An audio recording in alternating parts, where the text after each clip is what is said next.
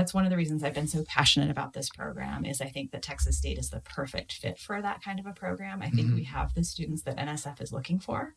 And many of our students check more than one box. Oh, yeah. Right. And so we're talking about multiple intersectional identities there in terms of being underrepresented.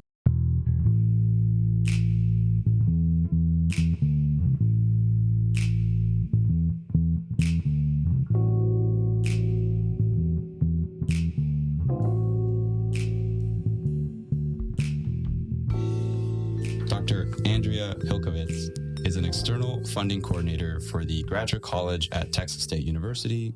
Dr. Hilkovitz is also the university's primary coordinating official for the National Science Foundation Graduate Research Fellowship, also called the NSF-GRFP, where she helps students prepare competitive applications. And to give a little bit more context, I applied to the GRF the last cycle. And Dr. Hilkovitz is the coordinator at Texas State, and Edgar, who's also joining us, is considering applying in the next cycle.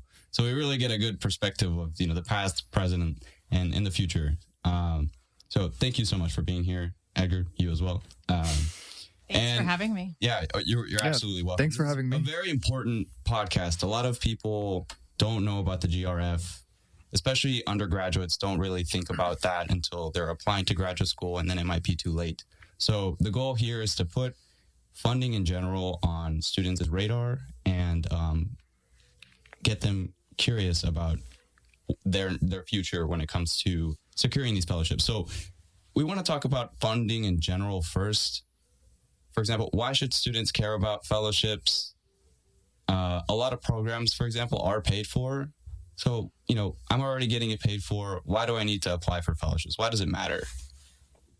That's a great question. It's funny because as a graduate student, I did not have that experience. I was a graduate student in humanities. And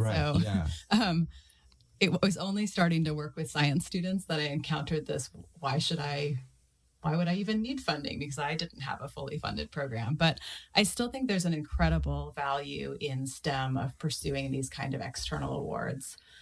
One is you are building your professional resume. If you're looking for an academic career, even a government career, your job is going to involve grant writing, right? And so I think it's what we emphasize with our graduate students is we hope that you win. That's great if you do. But if you don't, there's still value in the process of applying because you're learning who your funders are. You're learning how to speak their language and how to convey your research to an audience. And those are skills that you're going to need throughout your entire career. So I would say first and foremost, I would recommend it as part of your professional development. It's an important part of your training. And then the funding is a bonus. But the funding is obviously, it opens a ton of doors. If you have NSF next to your name, what we find with a lot of our students is they're able to take that and get into some of the best programs in the country, potentially programs that may not have been interested in them without that by their name. And so I do think it opens doors. Yes, a lot of the programs in your field are going to be fully funded, but I think it's it's an important resume builder as well. And like you said, it's extremely, the prestige almost is very important. When I was applying to programs on their homepage, they would say, 2021 awardees, NSF-GRF awardees, and they put them on the front page because it's such a big deal. And on almost every program website, you can see the history of students who've won it because it's a good track record of seeing how well the program is training their students. Absolutely. And I think even you had this experience, I think, is when you were approaching programs, just showing them that you were in the process of applying. Yes. You hadn't even won. Yeah. But the fact that you were applying really put yourself on their radar in terms of, wow, if an undergraduate is aware of this program and is serious enough to be putting together a competitive application, that sets you apart from other candidates. Yeah. So I'm glad you had that experience. How did you make them aware that you were applying? In my personal statement, I said, in preparation for graduate school, I also prepared a competitive GRF application where I blah, blah, blah, blah, blah, and a brief, one sentence saying what it was about. I didn't have to submit them any materials. I basically said that I was working on it, and my letter writers, of course, can can back talk up about that it. claim. Yeah. In your interviews, did you get asked about like GRFP? Actually, I did. A few interviews I did talk about it because some of them were more interested in my research plan that I pitched than my actual research that I did, which is funny. But it also shows like I was very interested in trying to pursue other research outside of what I was trained in. Mm-hmm. Yeah. I also want to talk about your title, External Funding Coordinator. Some people listening might not even really know what that means in terms of internal, external. Can you give a little background on that? Absolutely. Again, I might share a personal story. Sure. I had no idea this field or profession even existed. You are not alone if you don't understand what it is that I do. So that is a made-up title that we use here at Texas State. Most people who do the work that I do are called fellowship advisors. So I am actually a member of the National Association of Fellowship Advisors. Okay. And if I were to talk to colleagues outside of Texas State, I would generally say I'm a fellowship advisor or a graduate fellowship advisor. Here at Texas State, I'm hired technically as a research coordinator, which is a research administration role. So we essentially took both of those titles and combined them to call it external funding coordinator. So that is literally made up, but it works here at Texas State. In terms of the second part of the question, which is internal versus external funding, broadly speaking, it's a very simple distinction between internal funding would be internal to Texas State in some capacity. So you likely have applied for scholarships through the College of Science and Engineering or through the Department of Chemistry. Those are internal funds. External funding is everything outside of Texas State. And so we work with primarily graduate students who are applying for funding, but the NSF is an area where we also provide services to undergraduates, because even though you're applying as an undergraduate, the funding is for your graduate education. Right. So we assist with that. And I'm sure the majority of our audience is an undergraduate. Yeah. So more examples of internal versus external. There are plenty of internal fellowships available at Texas State. More and more now. You've met Dr. Lewis, Karen Lewis. Yep. She was actually a guest on our podcast not too long ago, and she talked about the URISE program, which streamlines students into PhD programs in the biomedical sciences. Great internal fellowship. Right. And that's actually an interesting one, because I know URISE is actually funded by an external funder, right? So that's an NIH program. National Institutes of Health. The difference is the institution applies for funding from the National Institutes of Health and gets an institutional grant. With those funds, they then award internal awards to Texas State students. Does that have a name? No. Yeah, because I was going to say, because I'm an HL-SAMP scholar. Excellent. And they're, you said the definitions of internal and external, so I was trying to figure out, like, what does HL-SAMP classify under? Because it's rewarding internal students in the College of Science and Engineering, but I feel like it's an external It's a good question. funding. But I know that they also receive some money from Ingram School of Engineering. So I'm like, I don't know. I mean, I'm glad they're helping, but there's so much. Like, depending on how you think of it, I guess everything could be external. This is true. But I guess, was the competition internal to the institution, or was it external? Exactly. So it was internal, which was internal. Exactly. So I'm assuming it's an internal funding. I guess. Yeah. So those are typically institutional grants. I would say in the research administration world, we would call it a subaward, which is a very boring term, but it basically means they give awards to a number of institutions, and then they are giving out awards themselves to students at their institutions. So. Okay. And we've touched on some institutions like the government institutions, the NIH, National Institutes of Health, NSF. Where else can students get funding for undergraduate or graduate? What are other good sources that people can, I guess, look to if they're curious? Yeah, that's a great question. NSF is definitely our flagship program for students in STEM. It tends to have the most name recognition. If I find a student that's familiar with something, they've at least heard of NSF. More and more, we have students who are funded by NIH on this campus, which is really exciting. I would say the undersubscribed programs, or where I'd like to see students apply, are Department of Energy grants. So there are similar fellowships through the Department of Energy. Those can be great fits depending on your project. Also the Department of Defense. So Department of Defense has, we have a lot of faculty who are funded by Department of Defense, DoD. They have 2 awards that are for graduate studies. One is the SMART program. So it's a SMART Scholarship for Service program. It's essentially in return for graduate funding, you work as part of the civilian workforce for DoD after graduation. And then the other is NDSEG, which is the National Defense Science and Engineering Graduate Fellowship. So essentially, these are all funders that are interested in STEM research. And it really just is, a lot of times I'll talk with students after they apply for NSF. NSF is probably the most broad. And then sometimes students will tailor those applications to something that makes a lot of sense for maybe a niche area within the Department of Energy or Department of Defense. Oh, yeah. There are also awards that maybe aren't STEM specific that students overlook a lot. So I think you and I talked about Ford Foundation. Yeah, so foundations, Yes. like the Gates Foundation, the Ford Foundation, Howard Hughes Medical Institute. That's another big one. Yeah. That's more medically related. And I don't know if there's anything available for undergraduates in some of those. But again, for those considering potentially going to graduate school, there's a lot of, I think they're called pre-doctoral training grants. Absolutely. So Ford Foundation has a pre-doctoral fellowship.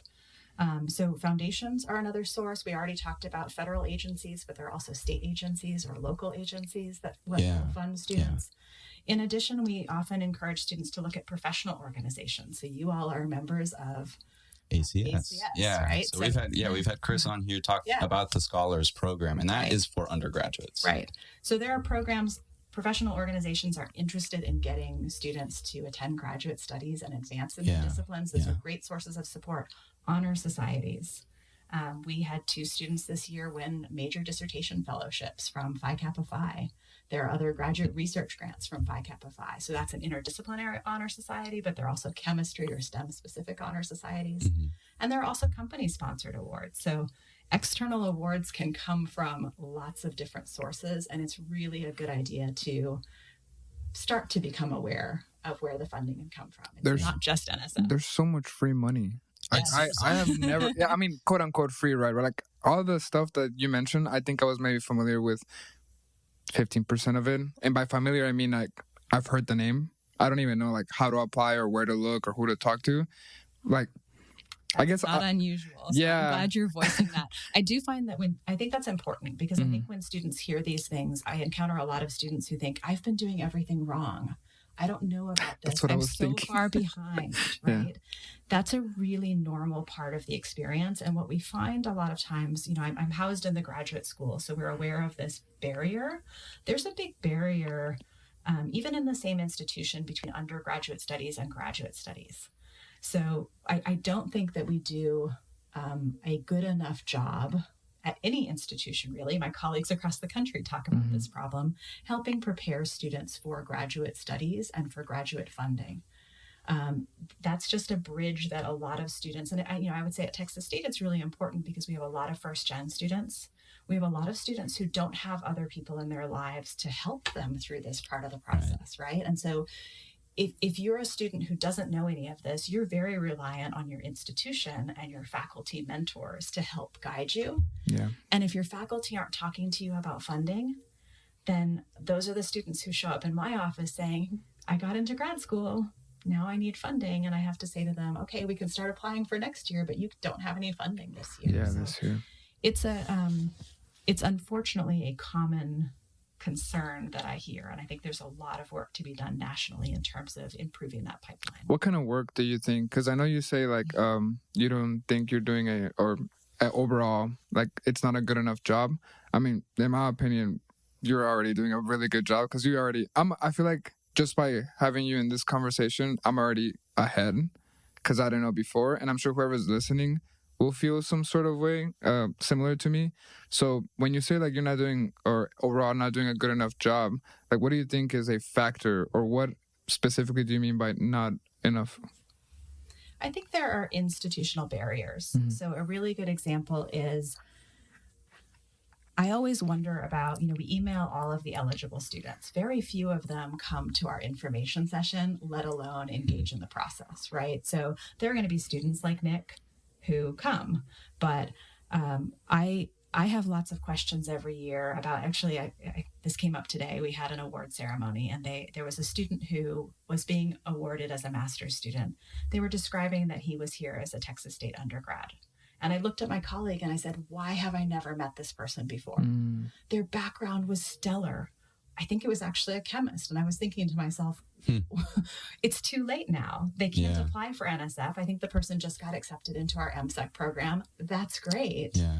But my reaction to that was, how did we miss him? Where have you been? Where have you been? Yeah. And so, in my defense, Dr. Peterson, my PI, sent me so many emails and reminders to go to these information sessions, and I was always like, I don't know if I want to do this, and it seems like a very daunting thing at first.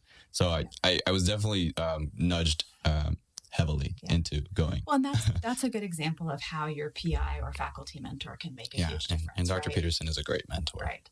And it's not that other people aren't good mentors. I will tell you from a faculty perspective, I often talk with faculty who feel uncertain about the graduate funding landscape themselves. And so they will say, I know what I applied for as a graduate student, but I don't feel very competent about talking with my students about everything that's available. Interesting. To them. Yeah. So that may not be something that you've ever thought of as a student. We think of our faculty as, know it all. And they will often voice to me that they don't feel well qualified to mentor in that capacity. But I would just point to institutional barriers. I mean, I'm essentially someone that a student has never heard of. I'm emailing from the graduate college, and you may be thinking, well, I'm applying to schools outside of Texas State. Maybe I'm not even applying to Texas State. Yeah. And then I'm inviting you to come to a talk. All of those are big risks to take as a student. I'm going to show up and talk to this person who I've never met, I don't know, and put myself out there. I think those are things that we still need to try to work harder to overcome. Well said. And, that's what this podcast is trying to do, among other things. Is something that Edgar and I have always kind of been frustrated about, is like not learning about whether it's graduate school or a post-college experiences until like your senior year, where it's kind of late to do stuff like that. But things like URISE and other programs are also working towards that. And I can only speak on the chemistry and biochemistry department, but yeah, I definitely think that there's work to be done, but it's a process. We're heading in the right direction. Yeah, I think so. That's actually something that's really important to say, is any freshmen coming in, definitely heading towards the right direction. Let's talk about the good stuff. The Graduate Research Fellowship. Can you briefly just give a concise explanation of what the GRF is? Go ahead. Happy to. So the GRF, we've used this term a couple times, so it stands for Graduate Research Fellowship Program. You'll hear people shorten that to GRF, Graduate Research Fellowship, or talk about it as a program. Either one is fine. So GRF or GRFP, it's the same thing. It is the only program for NSF that funds students directly. There are things that students can apply for later on in their careers, but they are applying through the institution. So even though you worked with someone institutionally and had support, you could have applied independently. I told you that was a foolish thing to consider doing, get help, right? Yeah. But it's the only program where students can apply independently. Its intention is to fund students early in their careers who have potential to be compelling scientists in the future. So it funds students in STEM and some STEM-supported social sciences, but primarily STEM for this audience. Chemistry is a funded field. And it also has a significant diversity component. So in addition to looking for the next generation of scientists, they're looking for students who have traditionally been underrepresented in STEM. And so we always encourage women in STEM, historically underrepresented populations in terms of race and ethnicity, students with disabilities, LGBTQIA students. There are lots of ways to define diversity, but that's a significant component of this fellowship as well. NSF has, it seems like every year they're broadening their definition of underrepresented. They're trying to, yes. It seems like, I remember talking about it with Dr. Lewis, and URISE is now, it's even more inclusive. So there's a lot of, if you don't think you're eligible, just make sure you look at the... I didn't mention socioeconomic diversity. Correct. We've had a couple of students who you might look at a photo of them and think, well, that person is not diverse, Yeah. right? And yet I know from working with that student on that application that there may have been some significant barriers. Right. So maybe a student emerged from foster care. Exactly. Maybe a student went through community college and transferred to Texas State. Maybe the student moved a lot and was a military connected student. Mm-hmm. There are all sorts of potential barriers that could be perceived by NSF as diversifying the STEM fields. Yeah, So you must love Texas State because we're a minority serving institution. I feel like a lot of students check a lot of those boxes. Absolutely. I would say that's one of the reasons I've been so passionate about this program is I think that Texas State is the perfect fit for that kind of a program. I think we have the students that NSF is looking for. And many of our students check more than one box. Oh, yeah. Right. And so we're talking about multiple intersectional identities there in terms of being underrepresented. Mm-hmm. Yeah, I mean, we're a minority serving institution. That's an actual thing, a label that institutions can get. So I don't remember what the criteria is, but I think that's... I mean, I did a presentation and I remember for one of my communication courses, and I mean, this must have changed, but when I was doing it, I think 43% of the student population identified as Hispanic. Well, that's a Hispanic serving institution. So I'm just saying. We're also a majority minority institution. Yeah. So that's the idea is like there's a lot of minorities at Texas State, and even like non-traditional students that's they're well supported at Texas State. So, highly encouraged to apply to something like the GRF. So with that being said, I want to talk about just the logistics on how you prepare students to apply. We got, very intimate interactions every week last fall where we met. And so if you could speak a little bit more about how you help students to apply. Yeah, maybe first I should mention a couple more things about GRF. Oh, yeah, sure. I realized I cut that part short. So the things that students care about maybe. So financially, that's a good point. Yeah. The award is $138,000 currently. So it is one of the largest awards for students. It is 3 years of funding for $46,000 per year. And that's divided into two categories of funding. So $34,000 a year for a stipend.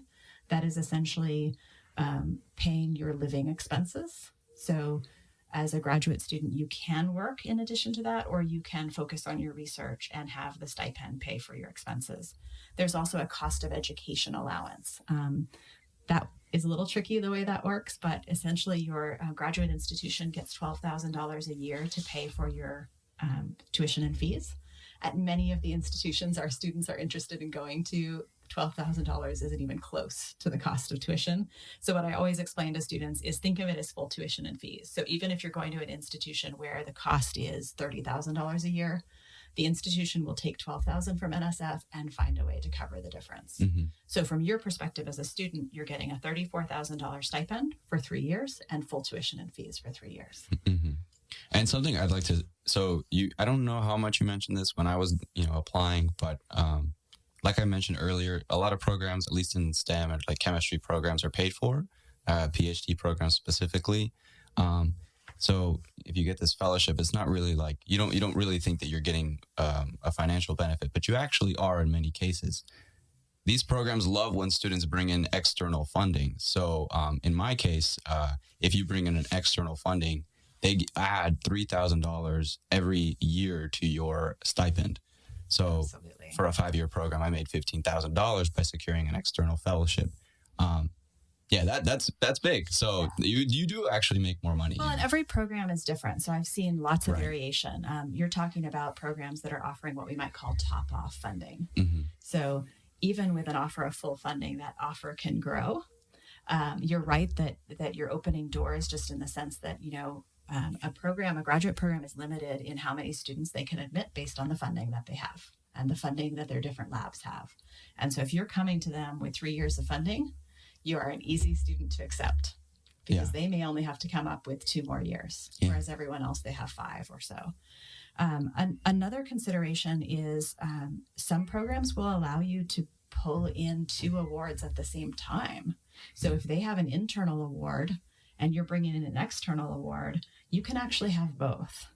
And so your what you have for the year may be closer in some of these programs to $50,000 a year to live off of. So that's actually what I wanted to ask, because you said the funding was for 3 years. Yes. And a PhD program on average is around 5 to 6. Right. So I haven't gone through the process of applying, but maybe you could also assist with answering this question. Like, how would that work if you get funding for 3? Where does the funding for the other 2 or 3 years come from? Typically from your graduate program. Okay. So in the sciences, most programs are going to be offering you a funding package. Mm-hmm. And that can depend on the university. Some of them involve recruitment type fellowships. So you'll see someone who offers a competitive applicant, maybe a presidential fellowship or named fellowship for their first year. Those fellowships are designed to encourage you to choose that school over one of their competitors. Mm-hmm. And then they may offer you a funding package that includes some teaching assistantships or research assistantships. So the funding can be as diverse as the programs you're applying to. But what we'll see with GRFP is that they'll say, okay, you'll use GRFP for your first 3 years maybe, and then we'll come in with the funding that you need in year 4 and 5.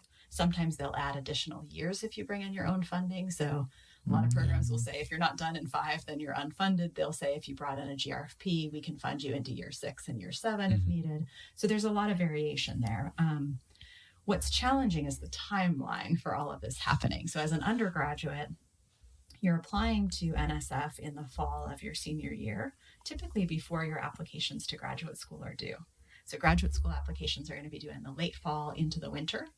Then you're going to start hearing from your graduate programs before you know about whether you have an NSF. And so you're going to, generally students in the sciences are going to start going on lab visits and recruitment visits to their various schools. And then sometime it's been anywhere from mid-March to mid-April. This year it was early April. You would find out if you won the GRFP. And then typically you're asked to commit to a graduate school by April 15th. So the timeline is very tight. Very often when NSF notifies in April, a student already has a funding award. So their programs that are interested in them have accepted them and have said, here's the funding package that we're offering you. So sometimes winning a GRFP involves a renegotiation. I was about to ask, because yes. I feel like if you find out what your package is for a graduate school, and then you come back and you say, well, now I have this external funding, like there must be some negotiating there. And I was also thinking, if you apply to a graduate program and they say no, let's just say, right? But then you get the GRF. Is that also like a negotiation to have? Yes, it can be. It's more common, I would say, for students to move from the waiting list to accepted with our GRF award. Okay. So that's where we've seen the most movement. But I have had students who before the GRF are leaning toward one school, and then when they start to talk with them about funding, will switch to a different school because they find that the other school is able to make a more interesting offer. Dynamic. Yeah. It's a very interesting dynamic. And we're talking about making all of these decisions in a couple of weeks. Right. Because, in the fall, you're like, oh, you really want to go to these programs, whatever. These are my favorite programs right now. And then the funding comes in and you're like, my quality of life might be so much better if I don't live in Palo Alto and don't have a good funding package. So another note I wanted to add on the funding is, in addition to like being more attractive to institutions, within institutions, there's great researchers everywhere, but not all of them might be able to fund you because of the timing of things. Maybe their grant just expired. Or they just haven't received some recently, and they're not able to support a new graduate student. But if you come with your own money, then that's a different story. So, I have looked when I was applying at a lot of faculty, and once I actually go to the school, I'm like, oh, you're actually not accepting students. Well, that was a waste of time. But again, if you get some sort of internal funding, that really does give you even more flexibility. And if I've learned anything about applying to graduate school, is you want to have a lot of flexibility. The other dynamic that I was thinking about as well is that if, let's say, you're applying to a program and they don't accept you, and then, just move on with your life, cry a little and then move on. And then you get the GRF. Well, the dynamic that I was thinking is, well, they already said no to me. So like they already have I guess, not a mentality, but, they already know me in this way and they wouldn't offer me. So then I guess I'm trying to think like, would they just want me because of the GRF? Which is then kind of like, do I want to go to a program like that?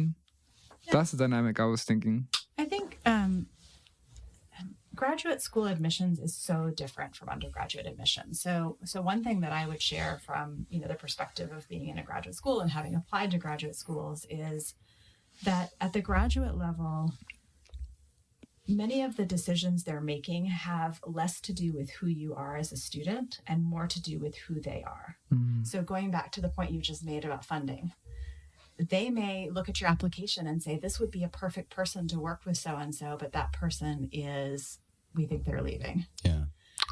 Or that lab doesn't have funding right now.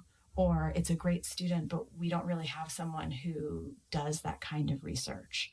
So, or just a cohort question. A lot of times they're looking for their own diversity in their cohorts, right? They're thinking, okay, we've already accepted all men. Exactly. We need to mix this up a little bit. And so one thing to kind of tell yourself, I think, in those moments is it's not about you very often. It tends to be about them. And that's why I say I don't think it's very common to go back and renegotiate a no. Typically, if they've said no, it's really not a good fit for you. And they've tried to help you by making that determination. Trying to force your way into the door and saying, well, I have funding now, generally isn't going to make a difference. It's probably not the best place to support the research that you want to do. So negotiate the wait list and negotiate the yeses. If you want to. And the yeses, for sure, ask for a better offer. Yeah, yeah. Can we circle back to the GRF? Absolutely, so, I didn't answer your question at all. But it was important to cover, how much money do you get?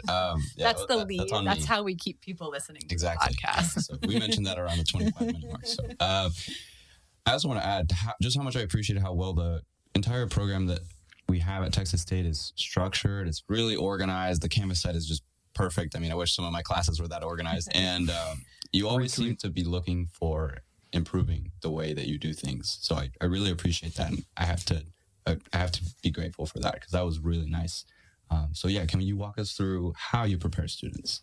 Absolutely. So we do have a structured process that we have improved over time, and we do look to improve it every year. So Brian and I always, at the end of every cycle, my colleague, Dr. Brian Smith, who's also an external funding coordinator in the graduate college, we do at the end of every cycle what we call a post-mortem, probably not the best term for it, but it basically means, we keep notes throughout the cycle. What went well? What didn't go very well? Who are we maybe missing? How can we improve? And it can be anything from outreach through the advising support process all the way through the post-award process. So that's important to us. It's actually one of the things that I think keeps me most interested in my job. It would be really boring to do the same thing every year. Right. Yes, the students would be different, but I really like building programs and changing and evolving. And we typically, we don't ever really do the same talk twice. And we don't really ever run the same cycle twice because we're always looking to make it better. So I'm glad you noticed that because it's the result of a lot of hard work. So our process is structured. And I think it's really helpful to hear from a student who's gone through it that how much that's appreciated, because I will tell you, we encounter a lot of students who initially balk at the structure, right? They see deadlines and tasks and things that I have to do, and they think, well, you said I can apply on my own, so I'm just going to apply on my own. So the structure is somewhat dependent on NSF's timeline and when they start the new program every year. So right now, April, we don't yet have what NSF calls a solicitation. So NSF puts out a call for proposals every year. And that solicitation is not yet out for next year. So when students are asking me about NSF, I can't tell them what the deadline will be for next year or how many awards NSF is going to give out next year or some things. But we do know that the program is going to run, right? The latest White House budget includes funding for NSF and specifically funding for this program. So there are some general pieces that we can always share with students who are considering it, but we typically are dependent on NSF releasing that solicitation before we can really start working on an application. Last year, that was in July. Oh, I'm really hoping that's not July again this year, but it could be.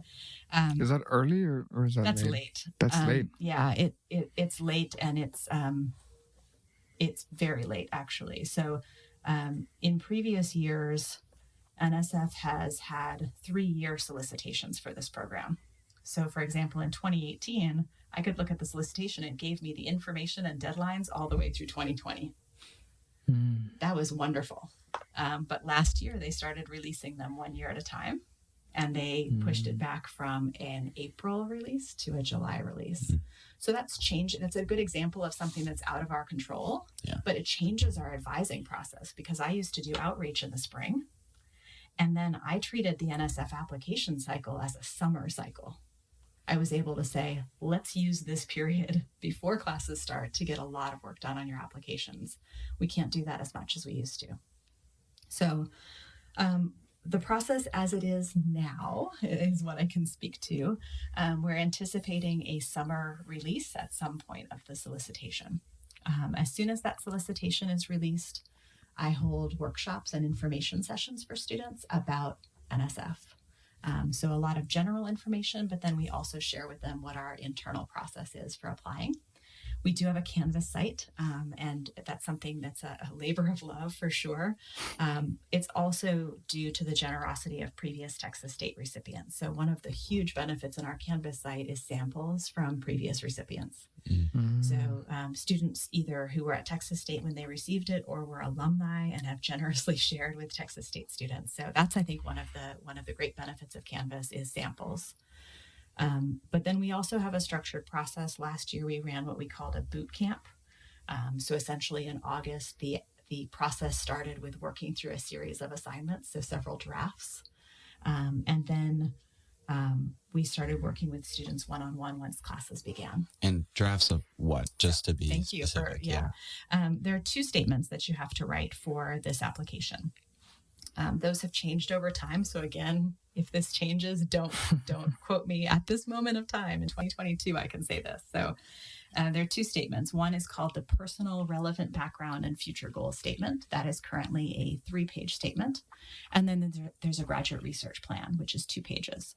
So there's an application that both of those statements get uploaded into. But those 2 statements are what I would say take the most work for students. We start working with students on the personal statement first. A couple of reasons for that. Number one, in the summer, not all students have access to their graduate advisor. So if a student is maybe across the country participating in an REU, or maybe as a graduate student, they're not yet on campus, they haven't even met their advisor yet, asking them to draft their research plan without an advisor's assistance would not be very helpful. So we typically take the strategy of working on the personal statement first. And that's what we have students draft in Canvas. And then, as you said, that's supported by a one-on-one advising structure. So we don't just say, this is a self-paced process in Canvas. Good luck to you. Here are a bunch of resources. We then meet with our students. It's really, last year, it was basically a 3-month application process.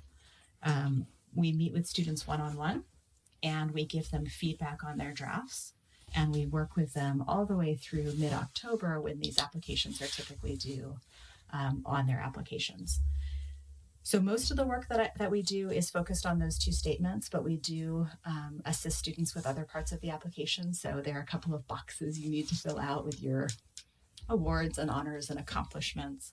You have letters of recommendation. We help you choose good letter writers. We actually communicate with the letter writers.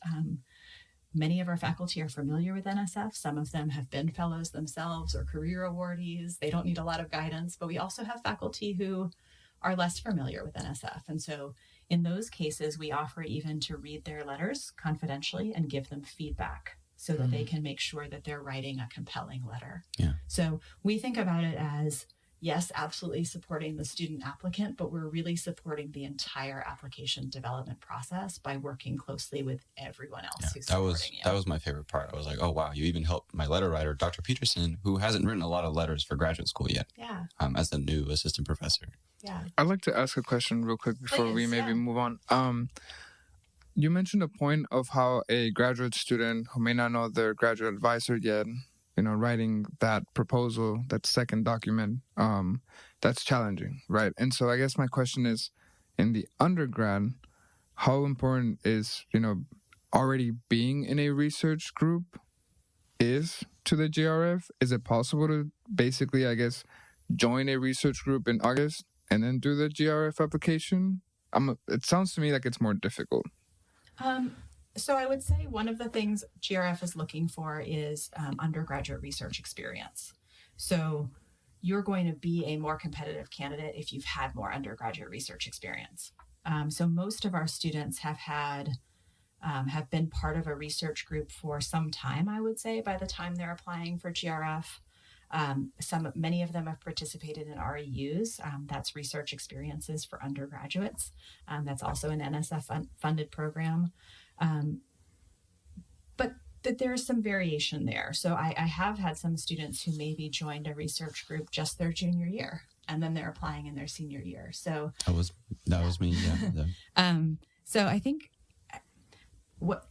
we should probably talk about the graduate research plan a little bit, because it's a very unique document.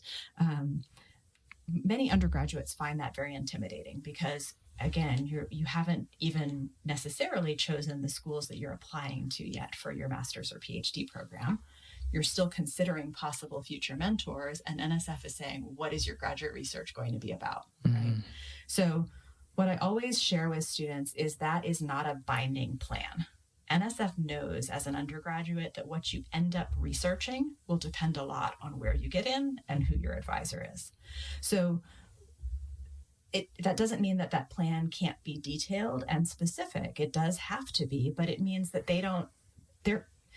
one way to think about it is NSF is funding the student, not the research. Okay. So they're doing a holistic review of your application, who you are, what your background is, and they're looking for your potential in a lot of different areas. Leadership is one category that they're looking at, what they might call broader impacts, outreach that you've done in the community. And the research plan is an important part of that, but it's not the only part of it. It sounds to me like the NSF wants to know that you can scientifically write.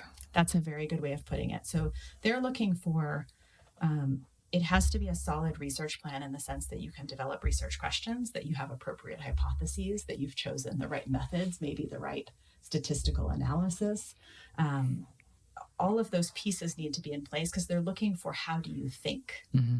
And are you doing a project that comes across as an undergraduate research project, or are you pushing it a little bit and trying to do something that's a bit more transformative within your field? So they're looking for not, it can't just be undergraduate thesis level research. It does need to be something that seems believable for the graduate level. So that's a very challenging document. Most successful undergraduates are heavily supervised in the development of that proposal by their mentors. So I do have some students who say, I'm not getting much help with this, or I don't know who to ask. They don't tend to do very well in the process because I think for reviewers, it does read as not quite up to the level that you need. So you came to me with a really solid plan, but I know that Dr. Peterson was very involved in giving you feedback. Actually, he was not. Oh, really? Yeah. So, and I don't know if I mentioned it earlier, but I did not get the GRF this cycle, and I will be reapplying, and we can talk about that later. But so Chris, who has also been on the podcast, did get the GRF, and huge congratulations to Chris. And we both come from the same lab, which is huge as well. So a big difference in what I think where our research plan is, his was like a continuation of the research he was already doing. So it was very clear, and there was a good rationale for everything that he was proposing he was going to do based off of preliminary data that he got in his lab. Yes. Them. Okay. Mine, I decided to deviate from what I was doing in my research lab and pursue something that I found was really interesting and tangentially related.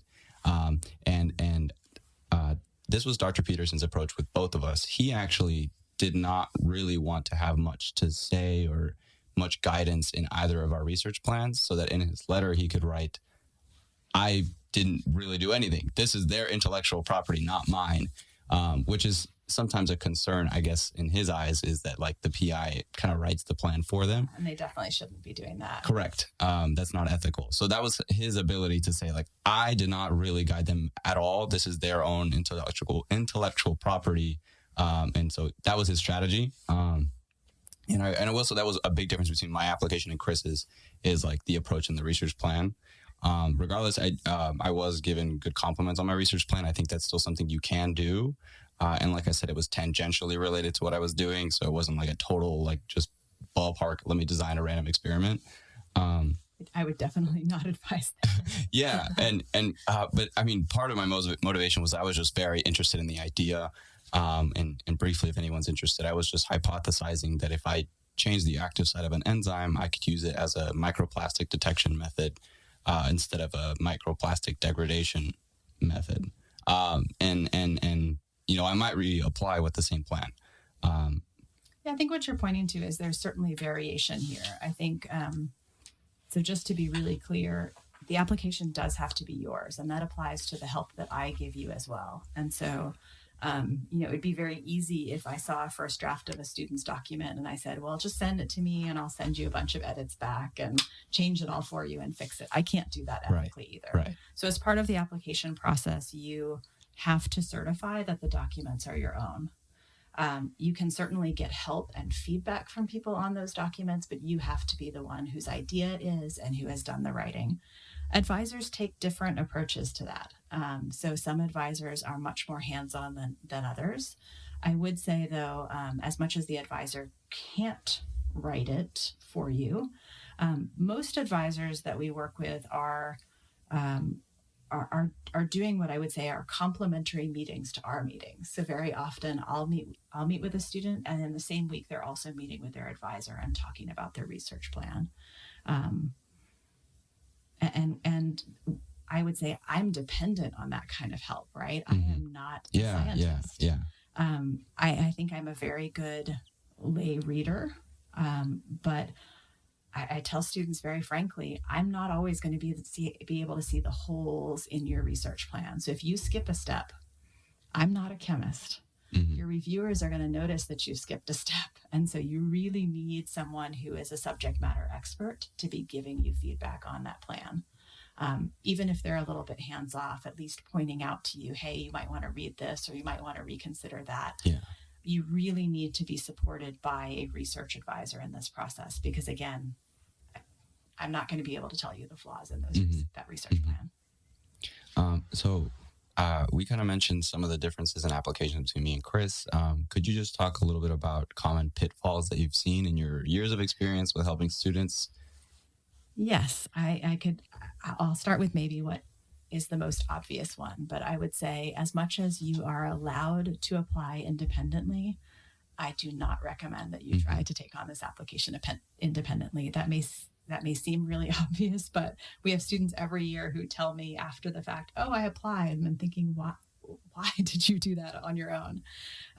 So we don't require that you work with the graduate college. In fact, we had 2 recipients this year who were mentored in the Department of Biology by their advisor successfully. That's amazing. That's excellent. Oh, okay. So you don't have to work with us, but we want you to be getting help from someone who knows NSF and who knows how to help you. So that's one of the biggest pitfalls I see. Maybe another pitfall, even pre-application, is talking yourself out of it. You know, we can go back to that outreach component. We have a big drop off between the students who are eligible and the students who put themselves out there. So there's a risk involved, but not to sound too cliched, but I would say, you know, yes, it's competitive. We're going to be very frank throughout the process about how competitive the process is. We're not going to try to get your hopes up, but you won't get anything if you don't apply. And we have, I think that's maybe a unique challenge at a place like Texas State, is I have a lot of students who get in their heads and have some imposter syndrome and start to believe, you know, when you see the list of recipients and some of the schools on that list, they're outstanding people with crazy backgrounds, and it can be so overwhelming. I remember me and Chris were like just looking at previous awardees as application materials, and we were like, oh my gosh. You can really talk yourself out. Yeah, so, absolutely. You know, if we don't think that you are ready If we think you should wait until you're in graduate school, we will tell you that. We will tell you that we don't think you have quite the right combination of background and experiences yet. But if we're giving you feedback that we think you should try, we would at least encourage you to consider it and not be your own worst enemy there. I think within the application process, pitfalls, there are a number of them. One has to do with the selection of letter writers. It's really important that your letter writers know you well. NSF is expecting a detailed 2-page letter from your faculty. So one of the common questions we get is, should I ask somebody who's famous in my department, or maybe my department chair, somebody that I think is going to have a lot of weight? And those letters typically are not the best letters. So if a faculty member is able to write a single sentence about you, the student works with so-and-so, that person has told me he's good, that does not really convey the level of detail and specificity. So the choice of letter writers is very important. I think there are a lot of pitfalls that can happen in the choice of research topic. Again, NSF is looking for, this can sound very intimidating as an undergraduate especially, but they're looking for research that is transformative, that is exciting, that is cutting edge. Sometimes we'll use the word sexy, right?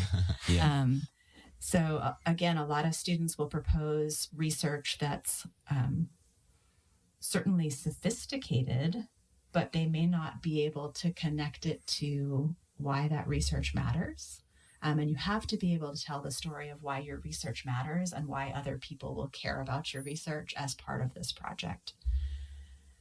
There's so many pitfalls, but I think that those would be a few of them. Yeah, definitely. Yeah, I personally really appreciate it because whenever we were building, this agenda, you could say, I was like, we should definitely ask like potential pitfalls, because as a potential applicant, like I want to know like what I could mess up, and if I know that now, I could start thinking about those things, like who are going to be my letter writers, what research statement do I want to put out? I could have that conversation with myself now rather than in August or later down the timeline. Yeah, absolutely. Something I also want to mention is a lot of people listening are probably like, oh my gosh, this is so much work. I'm taking 16 credits or whatever, and these are fair concerns. In fact, I treated this as a full course, and I think that's a good strategy. I treated applying to the GRF as a full credit course, and all I want to say is a lot of the stuff that you're putting all this time and energy into, well, you're planning on applying to graduate school, and what do you think the application to graduate school looks like? You have a personal statement, you have letter writers, you have a CV. So the work, yes, it's a lot, but the application for the GRF is actually in October, again, as of right now. And the graduate school applications come not too long after. So it forces you to work ahead of the system to apply to graduate school, and you have all these materials already prepared, and it really reduces the load before finals. That's just my personal experience. That's an excellent point, and it takes us back in some ways to the question about why should I do this? What are the benefits? So as an undergrad in particular, many of our applicants tell me, I took the materials that I worked on with you and I used whole sections of that application in my applications to graduate school. Yes. So absolutely, you are in some ways getting work done that you need to get done anyway. And then many of our students tell us, I didn't win the GRF, but I got into my dream school, and I got into my dream school with full funding. I don't think I would have done as well if I hadn't applied to the GRF. Yeah. Just absolutely not. I don't think so. Yeah. So we hear that story a lot, and honestly, we think of that as a success, right? Again, we are thrilled if you win a GRF, but about 13 to 15% of applications are funded annually. Mm-hmm. Those are high stakes, right? So, but I can tell you this year and in previous years how many of our students have gone on to great success, and that's ultimately what we want, right? We want students who have high potential not to count themselves out of graduate school. We want them to go to graduate school. We want them to be diversifying STEM fields, and we want them to do that with full funding. Mm-hmm. So another huge benefit of spending the time, and you're right to be honest about the time. I try to be very upfront with students about this is not an application that you can whip up and submit your first draft, right? No, you're going to have to write many, many drafts. Our goal is to have you submit the most polished application you can to have a chance to be competitive. That takes time. Different students take different amounts of time, right? We've had some students who do this in 3 or 4 drafts per statement. I've had students who have done 8 or 10 drafts instead. And so you also need to be patient with yourself in terms of your own writing process and style and how many drafts it takes you. We have a process that is designed to help students in both scenarios do well and advance. But I think that's another huge benefit is these materials have multiple uses, and you shouldn't. I think grad school timing for applications is very stressful, right? These are typically due right around the time that you're taking final exams, or you're trying to celebrate winter holidays with your families, and you're thinking, oh my gosh, this application is due. So it's really helpful if you've started that process in the summer and you feel like you have a lot of materials that you've already developed that are done essentially by mid-October. And then you can customize them for each school. Yes. So as you said, you can tailor them. You obviously don't want to just submit your NSF application to your grad programs, but you can then do the work of researching your programs and tailoring the materials to those programs. And that part, after you've done this long 3-page personal statement, that part is so much easier. You're just cutting out sentences. Absolutely. Yeah. So that was a huge relief. Can you briefly just talk about why undergrads, again, most of the people listening are probably undergrads, and if you're a graduate student, welcome. But why undergraduates versus graduates? Why should you apply if you're in a junior year right now? That's a great question. So students are eligible to apply for GRF, as I said, early in their careers. What that means to NSF is you can apply either as an undergraduate senior, you can apply as a student who has a bachelor's degree but has not yet started graduate studies, and then you can apply again as a graduate student. However, as a graduate student, you have a limitation between you can apply in your first year of graduate school or your second year of graduate school. As an undergrad, you have essentially a free chance to apply. So we really encourage students to apply as undergraduates. The reason NSF changed the eligibility rules around graduate students is actually because they wanted to encourage more undergraduates to apply, and they wanted to give more awards to undergraduates. So I typically tell undergraduate students, you're at your most competitive as an undergraduate. That's when NSF truly wants to fund you. The reason for that is several-fold, but one of the things that NSF has found is that the graduate school application and funding process selects a lot of diverse students out of it. And so if you are supporting more students from the undergraduate studies into graduate studies, you are truly diversifying that pipeline and meeting your diversity goals. So that's one major reason. Another reason is that you are not compared as an undergraduate to graduate student applicants. I was about to ask. Yeah. So, you certainly still have to be accomplished, but your accomplishments, for example, I would say as an undergraduate applicant, you're not expected to have publications, right? If you do have one, great, that's really going to stand out, but you're not being compared to graduate students who have been in graduate school for a couple of years. So you're most competitive as an undergraduate, and there's no penalty for applying as an undergraduate. And so if anything else, you might want to, you can consider applying. You will also get reviews. So you get reviewers' comments. That's what you have to work with now, right? And so you have the benefit of seeing how your application was read and reviewed. And you get to then make some changes to your application. You can make decisions like, do I want to develop this research plan, or do I maybe want to do something based more on what I'm more familiar with? You can go back to the drawing board and tweak your application and then resubmit it once as a graduate student. And that's your final shot. So some students will think of it almost like a pre-application. Let's see what happens. Let's get those reviews. There's nothing to lose. There's nothing to lose whatsoever. So it's definitely recommended that you apply as an undergraduate. Good. I think it's important to mention that because I was talking to an undergrad the other day. And she was like, my gosh, it's so much work. But there's truly some benefits to doing it. There's huge benefits to doing it. Could you, just to showcase some of the people who, or maybe not all the people, but just talk about the success of the program at Texas State with the Absolutely. We've talked about Chris, who, correct me if I'm wrong, but is the first biochemistry applicant to get the GRF? Absolutely. So Chris won this year. He is our first ever biochemistry applicant, so we're really excited for him. We also have, for them, I should say. Yeah. We also, this just broadly speaking, I would say this year ties our most successful year ever. Wow. So we had 4 awardees at the 4 awardees between the undergraduate and graduate levels. That is our most successful, tying our most successful year ever. So we're still a fairly small program. I mean, you're going to see schools that win, 25, 50 of these a year. When I started at Texas State in 2016, we had won GRFs before, but not consistently every year, and very often maybe 1 or 2 was a banner year for us. Mm-hmm. So we've been much more consistent, and with the kind of support services that we're now offering our students, we win GRFs every year. They range, depending on the year. It depends a lot on who applies, right? The quality of applicants that come forward. But 4 for us is a very good year. We do hope to always be growing that number.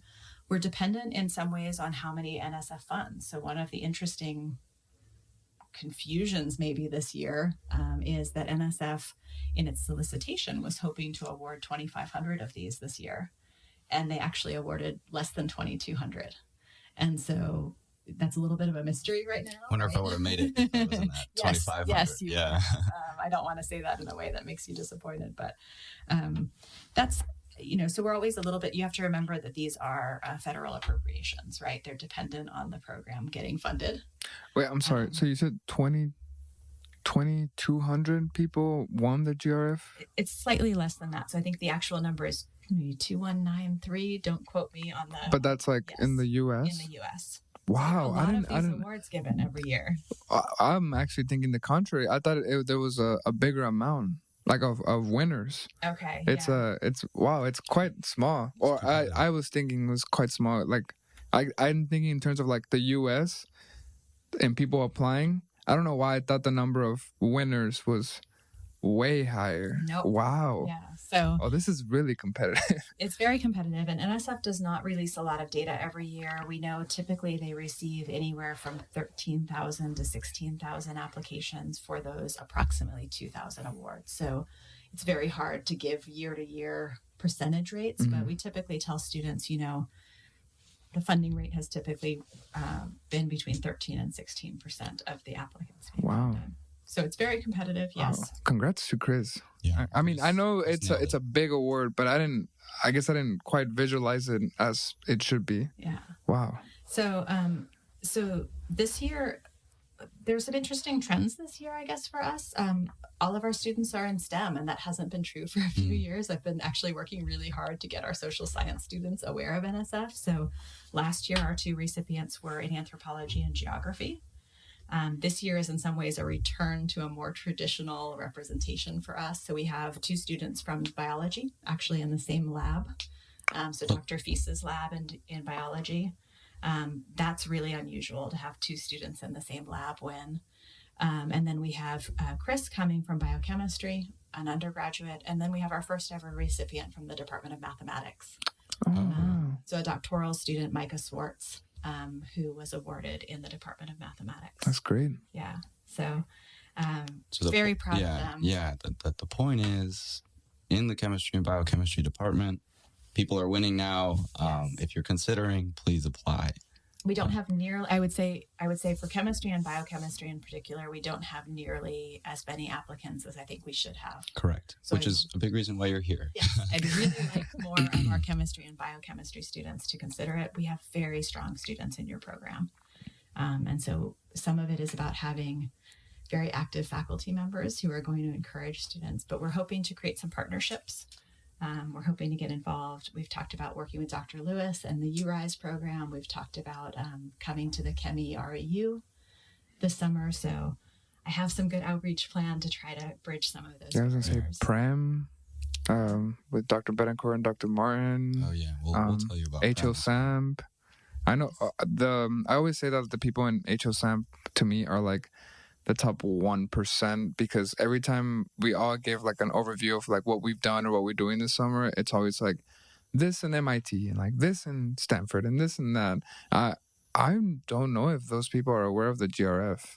And again, that's a great example of an institutional barrier, right? I'm in the graduate college, so my ability to interact with undergraduates and be aware of the research that they're doing is very limited. And so I am really dependent on programs and faculty being aware of this process and encouraging. Yeah, I could get you in contact with David. He's the director of HOSM. Yeah. Thank you. Because me and Chris we were together the whole time, kind of helping each other out, if not just for moral support. But I could think of at least 5 other students that are in our class that could have, submitted competitive applications had they looked into it or heard about it from their PI. So it's important to get more people, at least get it on their minds. So really glad you've come today. Can I compliment you on something? Sure. Yeah. I think maybe you're pointing at something that I think you did very well with Chris. And I mentioned it to you both during the application process. A lot of our students, when they're working with me on this process, think of every other student from Texas State as their competition, enemy, if you will. And I've long tried to get our students to work together. I think you naturally did in some ways because you were in the same lab, but I found your relationship and your support of each other to be really lovely and genuine. And I know that when you say congratulations, it is truly heartfelt. I think that's so important because this can be a very hard process, and making it a lonely process in addition is not wise. I agree. So I think one thing you did very well is you encouraged each other, you supported each other. I don't even know how much you read each other's work necessarily, but I think it's almost the moral support, as you said, that's really important. But I would actually like more of our students to help each other, because as you can see, we can win several awards at the institution. It doesn't, we had 2 students who won in the same lab. Mm-hmm. They're clearly not thought of by the reviewers as competition. They probably didn't even have the same reviewers. Mm-hmm. So reviewers don't think at that level. And so I think we have the potential to have a lot more recipients, but I think we also need to develop a culture of care and support for each other instead of competition. So that's one thing, another maybe pitfall that I would encourage students to avoid. Chris, since like sophomore year has been my greatest competition. We're always, trying to push each other to, get the grade that we want or apply to the scholarship or fellowship that we want. And so Chris has been very helpful in my process of all those things. And just the moral support alone would be super useful. And sometimes we would look at each other's CVs, for example, and draft those together and provide tips. It was jokingly all throughout fall semester, we'd be in our teaching lab just talking about, tell me about how you formatted this on your CV. Like, it's just stuff because that was all that was on our minds at that point, and all the stress and stuff. So it was really relieving to be able to decompress a little bit with Chris. In closing, we only have a couple questions left for you. How'd you get involved in all this? You got a PhD in comparative literature. And by the way, you're the best English teacher I've ever had. You taught me very important things grammatically that I feel embarrassed about sometimes. But as far as helping my writing, you were very helpful. So how did you find yourself in this role? That's interesting. So as I mentioned, I think earlier, I had no idea this professional path even existed. I took a more traditional academic path. So I did my master's and PhD at UT Austin in comparative literature. That's essentially English language and literature studies plus additional languages. So I was also having to read and study literatures in Spanish and French and German. I always think I passed a German exam that I would not remember at this point, but additional literatures as well. So I was preparing for a career as an English professor. And I went on to the academic job market. I started my career as an assistant professor in a department of English. In addition to, I was at a small women's Catholic college. And so when you are at a small college, we had a department, I think, of 5 professors. So, and we had a graduate program as well. You cannot specialize in your area of research. You have to teach a wide variety of classes. So My background was in African literature. I got to teach one course, I think a semester or a year in African literatures, but my other courses that I was assigned were English composition, and professional and technical writing. So I was teaching grant writing. There it is. I'm getting to the answer to your question. So I was teaching professional and technical writing to both undergraduate and graduate students. I also had the experience of applying for funding as a graduate student and as a faculty member. So I had some success in that area myself. So I was an assistant professor. I had a very strange experience of making a difficult professional decision the summer I was applying for tenure. So my husband received a job offer at UT Austin. It made a lot of sense for our family, but it meant leaving my academic position. So I resigned. And actually, when we moved back here, I did not have a job. It was one of those true leaps of faith moments. But I had a 2-year-old at the time. I found the academic path to be very challenging as a young mother. I have no doubt that I would have received tenure. My department was very supportive, but I was not really feeling professionally fulfilled. I was working, as most junior professors do, 80 hours a week. I was putting my daughter to bed and going upstairs and grading and preparing for classes. And I felt like I was dropping. I was never doing everything right. So if I was a really good faculty member that day or a really good advisor for my students, I was a terrible parent, is what I felt, right? Wow. So I just didn't feel that was the path for me personally. I didn't see the sustainability of that. So we moved to Texas, back to Texas, because this is home in some ways for me. And I kept hearing on NPR, I think, these advertisements for Texas State and the Whitliff collections and these. The Whitliff collection caught your attention. Yeah, because we were making these, for a literature person, it did. Making these amazing acquisitions, right? And I kept thinking, when I was here last, it was Southwest Texas. Reputation was party school, not, and I just thought, what is going on at Texas State? And so I probably would not even have looked for jobs here had it not been for some of that curiosity. What's going on at Texas State? And so it was a slow process of rethinking kind of, what am I going to do, right? I'm trained as an English professor. What am I good at? And then this position was advertised, and I looked at it and I thought, I can do that. I know I've never heard of this before, but I can do that. That's a skill set that I have. What was really fun for me is I was the first person who occupied this position. So I got to build an office. And I'm really grateful that I've been given a lot of freedom to design the programs that our students needed. So my dean was very supportive. She didn't say, you have to support this program and not this program, or we have to win this amount of money. The professional development was a huge part of our ethos from the beginning.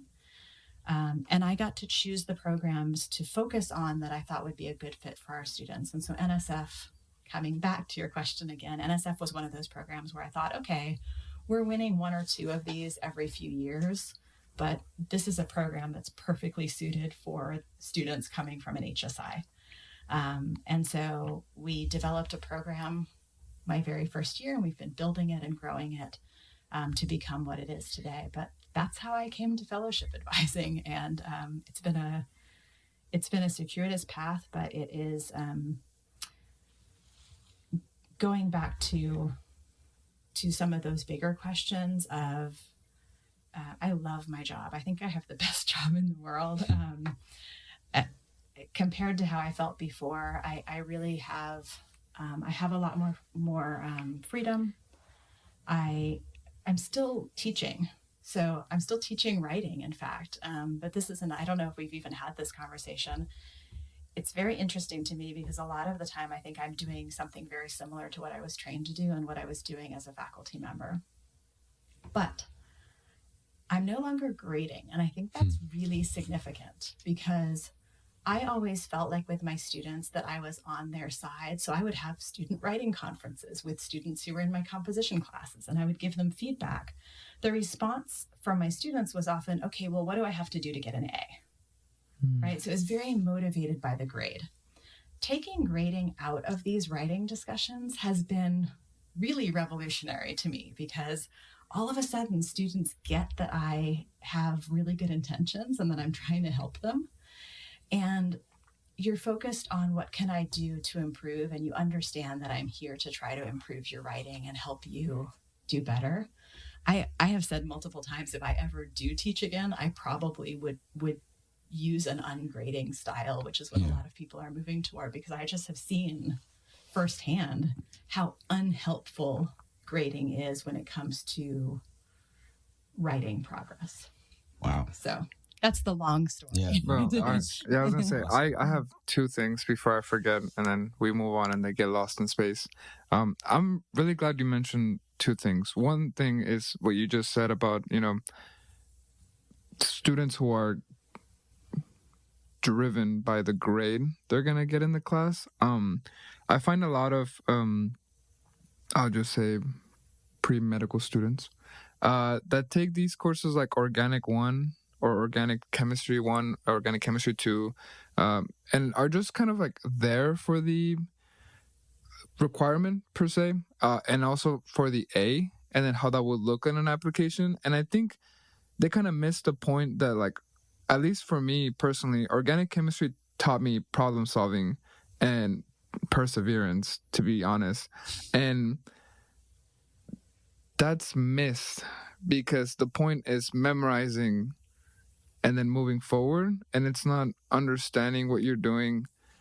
And I think once you go deeper than just a grade, go deeper than this is a line in my transcript, you start really enjoying the course and really understanding why my professor was Dr. Allison, really understanding why Dr. Allison is so enthusiastic when he talks about a reaction that almost blew up, and he starts going into all these details, and I find so interesting. I remember my pre-med counterparts I vividly remember them saying, can we go back to like solving the problem? And in my head I was like, you're missing the point. Like you're missing the enjoyment of Dr. Allison talking about something that happened in real life that relates to the problem that we're doing, because you are in a time constraint that you want to leave, because then your next grade comes in. Yeah. And I'm chuckling because as a graduate student, one of my jobs at UT Austin was I was a TA once for a course called Greek and Latin Roots for Medical Terminology. And they were the worst students that I've ever had in my entire teaching. Shout out to them if they're listening. But it was that the student population for that class was exactly the same. They were very close-minded. They didn't want to explore any issues. They didn't want to play with words in any way. It was just, I need to learn this and I need to pass the class. Many of them cheated, so they weren't even trying to pursue it in the right way. But I found the same thing sometimes. And I think that's, of course, not to say that every student in pre-med is like that. But I do think that goes back to the kind of open-mindedness that you need to have in an application process like this. You have to be willing to learn. And the approach that I take with teaching writing is I could fix it for you very easily. You could give me your draft and I could move the comma. What I try to do in my advising is teach you an English concept when I see a pattern as students writing. This is something that you don't know. It's okay that you don't know it.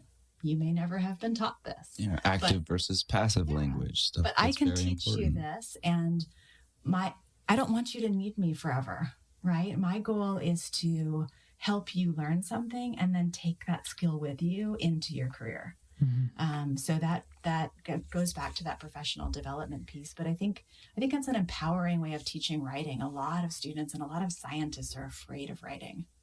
You may have gravitated toward the sciences because you weren't a strong writer. I know many science faculty who say, I never comment on a student's writing because I don't feel, again, competent to comment on the grammar. I focus on the content. And so again, it's not meant to be a critique. It's not meant to be a bad grade, but it's how do we take what you do know and give you some additional skills so that you can take those with you.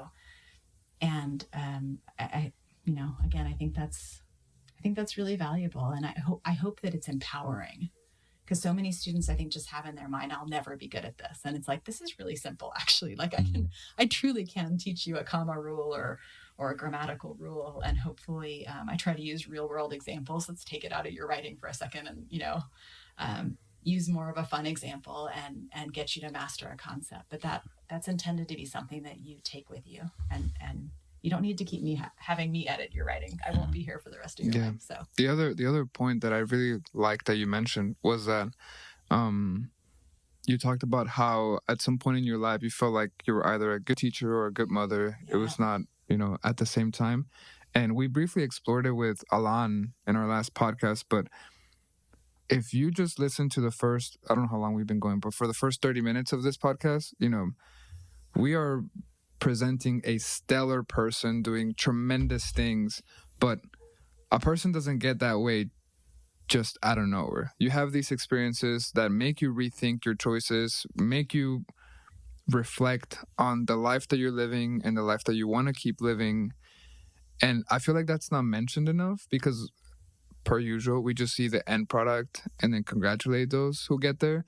But we never really go back and say, well, actually, it wasn't all rainbows in heaven, all the time. There was this part in your life where you were generally asking yourself, like, I'm not fulfilling, what I feel like I should be fulfilling. And like I said, we briefly covered it with Alon in our last podcast, but I feel like a lot of students could relate in that, because, we're asked to do so many things, just curriculum related. And then to be a quote unquote competitive applicant, we have to do research and we have to do extracurricular activities that will show leadership and outreach. And then, Lord and behold, if you don't have a good grade, that might affect your GPA. And it causes some internal stress. And I feel like we forget that this is normal and this is like the journey that you should enjoy, so that when you get there, you just go, I went through all this to get to where I am today, and I feel at peace. I feel like I fulfilled what I needed to fulfill. Yeah, mental health is a really important part of our advising process. And what I mean by that is, I think it's helpful when our end goal is not having the student win the fellowship at all costs. There are some costs that are not worth it. And so one of the things that we try very hard to do in our advising practice is to really form meaningful relationships with our students, to get to know them. And I think, you would say, we start most advising appointments with checking in. Yeah. How are you? How has your week been going? Most of the time it's like, oh, very stressed. Yeah. Very stressed, but it's good to at least decompress. Even like we would bond about how stressed we are during the week, or it's beautiful weather today. It's actually been a good day. Stuff like that has been. I remember it was almost like a therapy session in my week, because it was typically on Monday. Describe it that way. Yeah, and I think but that is intentional. I can tell you, when we're hearing normal amounts of stress, so there's some balancing act. But when we're hearing maybe productive stress, I'm stressed out, but I'm doing well. I can control this. We can connect, we can kind of decompress, we can help you break this up into small pieces and help you move towards your goal. We also have students who we have very frank conversations with at some point in the application process, where we say, is this really what should be your focus right now? So when we see students struggling, this is always extra. As you said, it's an addition to coursework and research and everything else. We also have students who life happens in the middle of these application processes. COVID was a really good example. Our students were experiencing real losses, maybe at a magnitude that they hadn't been before. And so, again, I think an advising model that helps us focus on the student and not the award helps us say at certain moments, I'm not going to tell you that you can't apply, but I'm seeing on your face, I'm seeing in your body language that you're really struggling right now. And I'm not sure that this is the thing that you need on your plate. This may not be the time to take that on. And That's really important to us. I think it maybe comes from personal experience with that, but no application is worth certain sacrifices. And there are really unhealthy levels of stress where we do worry, and we do have those conversations with our students and with their advisors. I think that's really important. I would just say again, I feel like I have the best of both worlds. You know, I'm doing what I love. I love writing. I love giving feedback on writing. I love working with students. One of the things that's fun for me is I get to support your projects. So I get to know your research. I read about research from all parts of our campus, and it's fascinating. You know, I'll often read more about it at home later. I just think, wow, that's such a great project. So we get to support your research and help you go and achieve your goals. And I ultimately think my impact now, so the job satisfaction piece is partly the impact is so great. I'm not just impacting the students that are in my class, but I have this impact, and students come back year after year. I'm still in touch with so many of our alumni, and to get a call, you know, from a student out of the blue is just such a delight. And really gives, so in terms of that, that work satisfaction, I also have just a lot more balance. I mean, I give everything to my job when I'm at my job. I mean, you know that I'm incredibly dedicated to what I do. I also go home and I spend time with my family, and I really love spending time with my family, and I have hobbies, and those things also, I realized when I had the imbalance, those things help me be a better advisor. If I am sleeping, if I'm reading the newspaper or having interests outside, I can come back and help you think about your project in a different way. So it's not just about me being happy in my work, but I actually think all of that balance that I found helps me be better for our students. Yeah. So one of the concluding questions that we've recently added to our agenda for our guests. This is a surprise question. Perhaps, though I'm sure you'll answer it perfectly, like the whole podcast has been, in my opinion. How would you like to be remembered? Now, this question, some people answer in life. You know, how would you like to remember in life? Other people choose at Texas State. You know, how would you like to? So, whatever feels more comfortable, whatever feels easier. Gosh, that's a good question. It's an interesting question to ask of somebody who I just celebrated my 45th birthday. Oh, happy birthday. Happy belated. But it's kind of a middle of life. Right, yeah. Where you start to ask yourself these questions, you know, what is this all about? What is this all for? I had maybe an unusual experience a couple of years ago that I might point to, not to brag, but I would say a really important professional accomplishment for me was I was nominated for Employee of the Month, and then I was selected as Employee of the Year. This was in 2020. And I'd been at Texas State for 4 years. So in some ways I remember at the time feeling like, am I good enough? Why did I win this and somebody else didn't? You know, so I feel like at the time it felt maybe premature or undeserved. We all have those doubts. But looking back, and it's not been that long, but I think COVID has made everything feel like that feels like it was 5 years ago. Yeah. As far as I feel like I grew 10 years older in the year of COVID. Looking back, I feel like I'm inhabiting that space with more comfort. And so it's something that was, it's professionally significant to me, where I feel like remember when I came into this position, I thought I could do this work, but I hadn't been a fellowship advisor before, right? I'd had tons of experience with students. I thought I would be good at it, but I was really learning the job as I was building the office. And I had some doubts about my ability to mentor scientists. You know, I kind of thought, is any scientist going to take me seriously? And every year I feel like I've been coming into myself as a professional in a new field. And so one of the things that I've noticed this year is just a feeling of ease and comfort with where I am. it doesn't mean that I'm not still challenging myself. So as I said, I'm always looking to improve the process and make it better.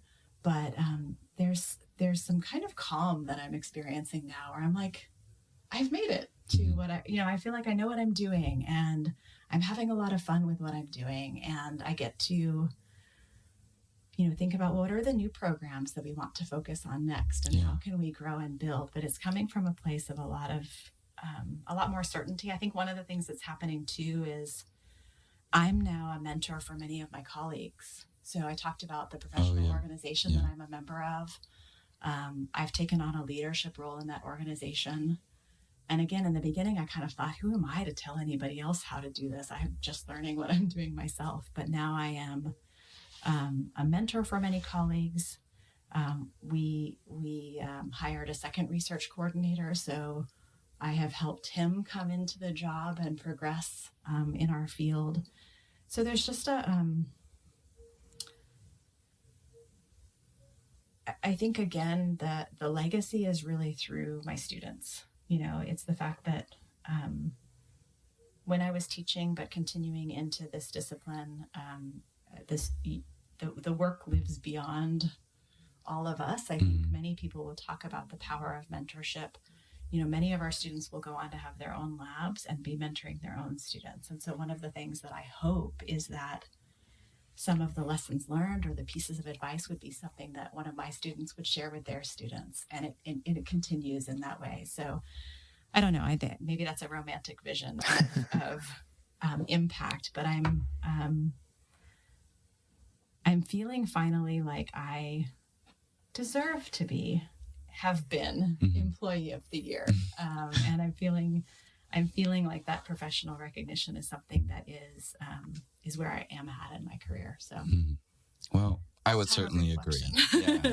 I would certainly agree. Dr. Hilkovitz, thank you so much for coming on here today. If anybody wants to get in touch with you for the Graduate Research Fellowship or other external funding, is there an email that we could use? And we'll put everything in the description as well. Absolutely. So we have a web presence on the Graduate College page. So if you go to gradcollege.txstate.edu, there is a funding tab, and underneath there's external funding. We have a shared email address that Brian and I use. So it's long, but it's gcexternalfunds@txstate.edu. You can also email me at akh70@txstate.edu. Either one is fine. And we would encourage you, if you're interested, I know there's some uncertainty, as I mentioned, in the next cycle, but we would typically say, if you're interested, if you're an undergraduate student, we would generally recommend that you contact us first at the end of your junior year. So in the spring of your junior year, moving into the summer, that way we know you're interested, and when the solicitation comes out, you're already on our list, and we can say, hey, it's out, let's start working together. It's always sad to us when we have students who in September say, hey, I'm interested, and we've already started a process and we can't support those students. So the earlier the better. But we would love to support you, and that's the best way to reach us. Okay. Well, Dr. Hilkovitz, thank you so much. This was fantastic. And yeah, thank you. Really appreciate it. Bye, everyone. Thanks, everybody. That's good. That was awesome. Yeah, I skipped the second to last question. Yeah, we've reserved the room for 30 minutes after or 45 minutes after.